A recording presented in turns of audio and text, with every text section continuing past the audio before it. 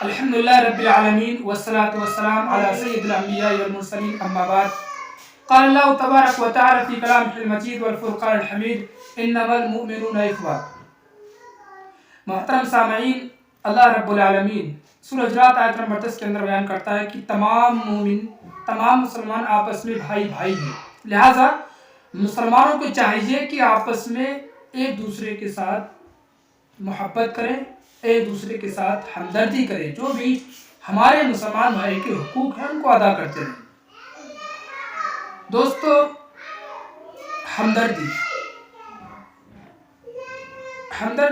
آج ہمارے اندر سے، مسلمانوں کے اندر سے بالکل ختم ہوتی جا رہی ہے. کسی کو کسی کی پرواہ نہیں ہے، کسی کو کسی کی بھی فکر نہیں ہے. ہمارا مسلمان بھائی پریشان حال ہے، اس کے ساتھ ظلم و زیادتی ہو رہی ہے، مظلوم ہے، لیکن اس کو انصاف دلانے کے لیے کوئی سامنے نہیں آتا. حالانکہ ہونا یہ چاہیے کہ اگر کوئی مسلمان پریشان حال ہے، مظلوم ہے، تو چاہیے کہ ہم اپنے مسلمان بھائی کی پریشانی کو دیکھ کر اس کو حل کریں، اس کو دور کریں. آپ دیکھیں گے صحابہ اکرام کے اندر کس قدر ہمدردی تھی. وہ ہمدردی آج ہمارے اندر موجود نہیں ہے. اگر ہوتی تو یقین مانیے یہ ضلالت و گمراہی اور ذلت و رسوائی ہمارا مقدر نہ بنتی. حضرت ابو سعید الخدری رضی اللہ تعالیٰ عنہ راوی حدیث ہے، بیان کرتے ہیں کہ آپ صلی اللہ علیہ وسلم کا سواری اور کھانے پینے کے سامان کے علاوہ اور بھی کئی چیزوں کا ذکر کیا، یہاں تک کہ ہم نے یہ سمجھا، صحابہ کہتے ہیں ہم نے یہ سمجھا کہ ضرورت سے زیادہ کسی بھی چیز پر ہمارا حق نہیں ہے. لیکن آج ہماری حالت یہ ہے کہ ضرورت سے زیادہ چیزیں پڑی خراب ہو جاتی ہیں، لیکن اپنی کسی مسلمان بھائی کو نہیں دی جاتی. صحابہ اکرام کے اندر آپس میں کس قدر ہمدردی کے تعلقات تھے، آپ اس واقعے سے اندازہ لگا سکتے ہیں.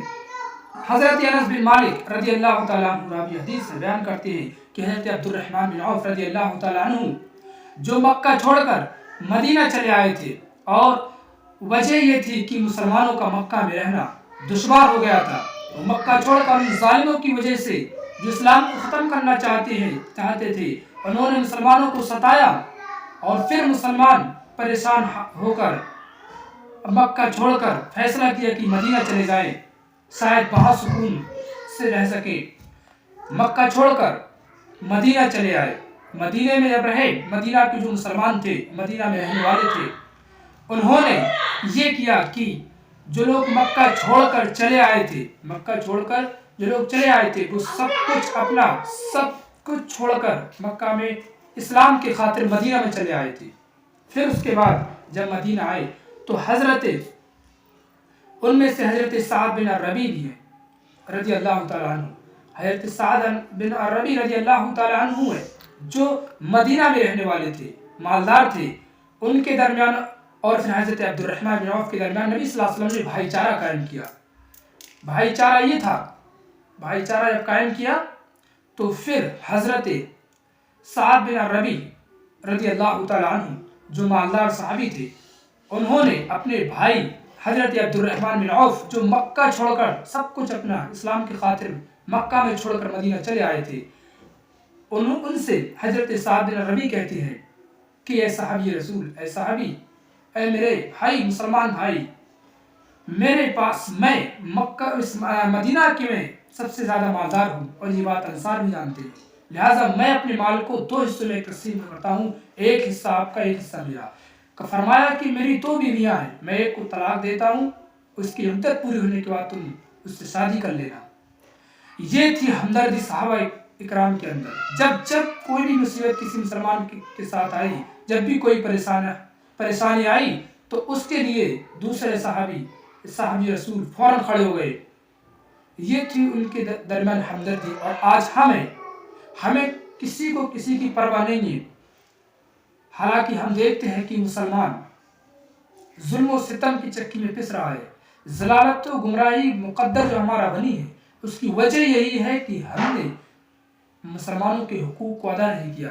ہم نے آپس میں پیار محبت، اخوت و بھائی چارے کے تعلقات قائم نہیں رکھے. ہم نے اپنے مسلمان بھائی کو پریشانی میں دیکھا اور پھر اندیکھا کر دیا۔ میرے بھائیوں، ضرورت اس بات کی ہے کہ اپنے درمیان اتحاد و اتفاق پیدا کریں، پیار و محبت قائم کریں، اخوت و بھائی چارگی پیدا کریں، آپس میں پیار محبت کے ساتھ رکھیں، ہمدردی کے تعلقات رکھیں۔